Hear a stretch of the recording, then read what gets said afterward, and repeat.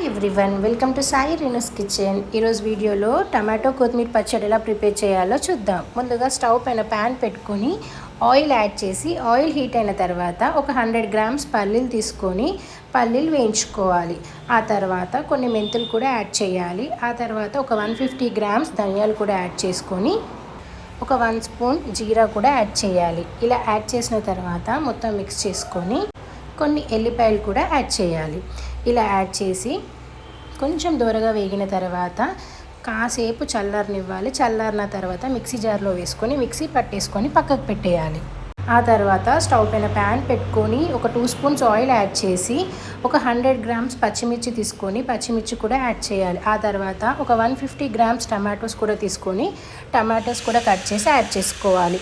ఇలా యాడ్ చేసిన తర్వాత ఒక కొత్తిమీర కట్ట తీసుకొని కొత్తిమీర కూడా కట్ చేసుకొని యాడ్ చేయాలి. ఇలా యాడ్ చేసిన తర్వాత మొత్తం మిక్స్ చేసుకోవాలి.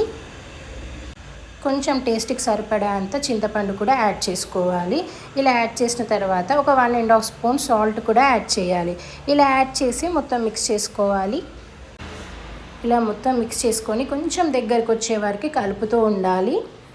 ఇలా కాస్త దగ్గరకు వచ్చిన తర్వాత ఒక బౌల్లోకి ట్రాన్స్ఫర్ చేసుకోవాలి. అది చల్లారే అంతలోపు పోపు ఎలా ప్రిపేర్ చేసుకోవాలో చూద్దాం. స్టవ్ పైన కొంచెం ముక్కుల్లో ఆయిల్ యాడ్ చేసుకొని ఆయిల్ హీట్ అయిన తర్వాత ఒక 1 స్పూన్ ఆవాలు జీరా యాడ్ చేసుకోవాలి. ఆ తర్వాత కొన్ని ఎండుమిరపకాయలు కూడా యాడ్ చేసుకోవాలి. ఎండుమిరపకాయలు కూడా యాడ్ చేసిన తర్వాత ఒక 1/2 స్పూన్ ఇంగువ కూడా యాడ్ చేయాలి. ఇలా యాడ్ చేసిన తర్వాత ఒక 1 స్పూన్ పసుపు కూడా యాడ్ చేయాలి.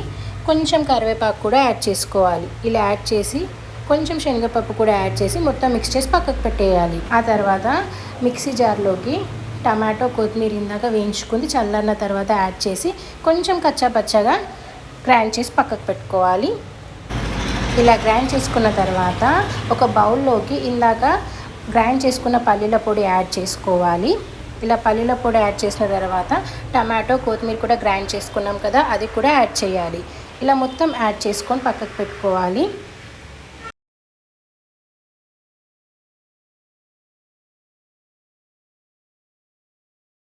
ఇలా యాడ్ చేసిన తర్వాత మొత్తం మిక్స్ చేసుకోవాలి. ఇలా మిక్స్ చేసుకున్న తర్వాత ఇందాక వేయించుకున్న పోపు మొత్తం యాడ్ చేసుకోవాలి. అంతేనండి, చాలా ఈజీగా టమాటో కొత్తిమీర పచ్చడి రెడీ. మీకు ఈ ప్రాసెస్లో నచ్చినట్లయితే ట్రై చేయండి. అలాగే వీడియో నచ్చినట్లయితే like, share, subscribe. Thank you for watching.